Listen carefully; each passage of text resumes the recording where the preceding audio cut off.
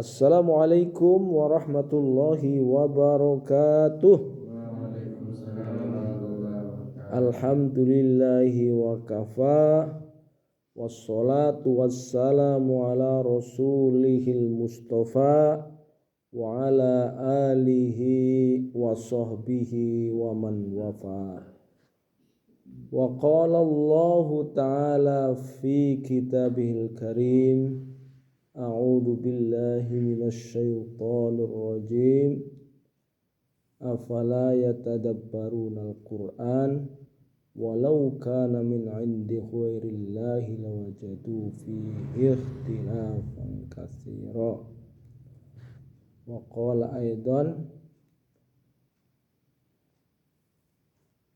inna yassarnal Qur'ana lidzikri fahal mim mudzakir.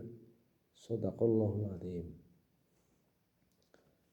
Jamaah subuh sekalian, para santri yang saya cintai, keistimewaan Quran sedemikian rupa sehingga pertama kata-kata, kalimat satu dengan yang lain tidak saling bertentangan tapi saling menguatkan. Kedua, bahasanya dipilih sedemikian rupa sehingga mengandung karya sastra yang mudah diingat. Sehingga Allah menyatakan sesungguhnya kami turunkan Al-Quran sebagai dan juga kami mudahkan, kami jaga, kami mudahkan. Yassarnal Qur'ana lidzikri, sungguh kami mudahkan Quran untuk diingat. Itu kalau karya sastra berbentuk buku sulit diingat tapi Quran banyak sekali para penghafal sampai titik komanya hafal Itu karena memang keistimewaan Al-Quran. Kemudian di samping itu ketika kita membaca satu huruf saja, aku tidak mengatakan alif lam mim itu satu huruf, tapi alif satu huruf, lam satu huruf, mim satu huruf. Sehingga betapa banyaknya pahala yang diberikan kepada orang yang membaca Al-Quran. Selain itu, ini yang perlu kalian ketahui bahwa orang membaca Al-Quran itu sesungguhnya dia sedang berbakti kepada orang tua dengan pengertian berbakti yang sebenar-benarnya. Mengapa? Karena ketika kita membaca Al-Quran kemudian orang tua kita nanti di akhirat akan dipakaikan pakaian dari nur, dari cahaya. Kapan bisa kita memberi pakaian kepada orang tua kita? Jangankan pakaian dari cahaya, pakaian dari gombal saja kita belum bisa memberikan kebaktian kita sama orang tua kan? Nah, kalau kita ingin berbakti kepada orang tua dengan tulus, kita membaca Al-Quran, orang tua kita akan dipakaikan dari nur, dari cahaya.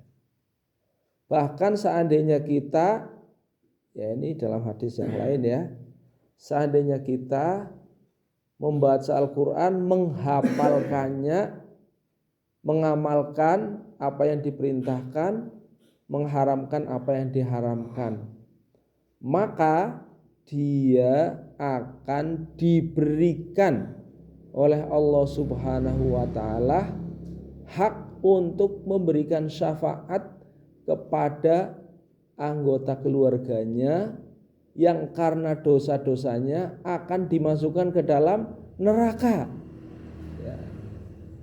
Ini saya ulangi lagi hadisnya ini Barang siapa yang membaca, menghafalkan Al-Quran, mengamalkan apa yang diperintahkan dan menjauhkan dari apa yang diharamkan, maka Allah akan memberikan hak kepadanya untuk memberikan syafaat kepada 10 anggota keluarganya yang karena dosa-dosanya akan dimasukkan ke dalam neraka.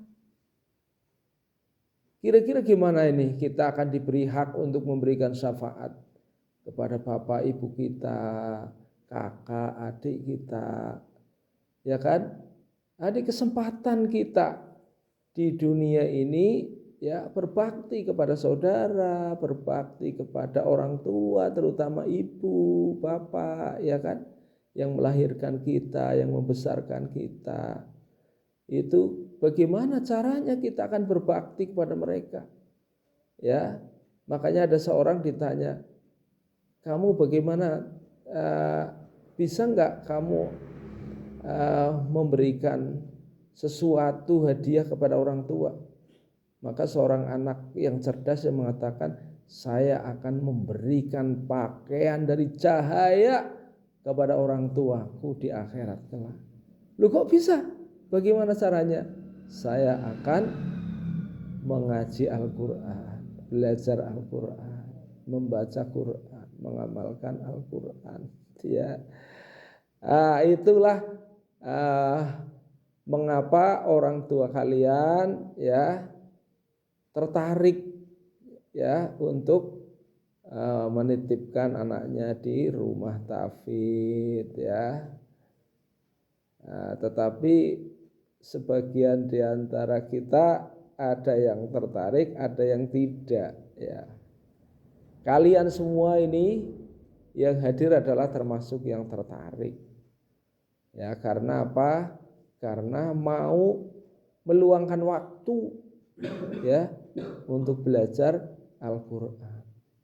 Kalau yang tidak tertarik, ngapain belajar Quran, sekolah aja.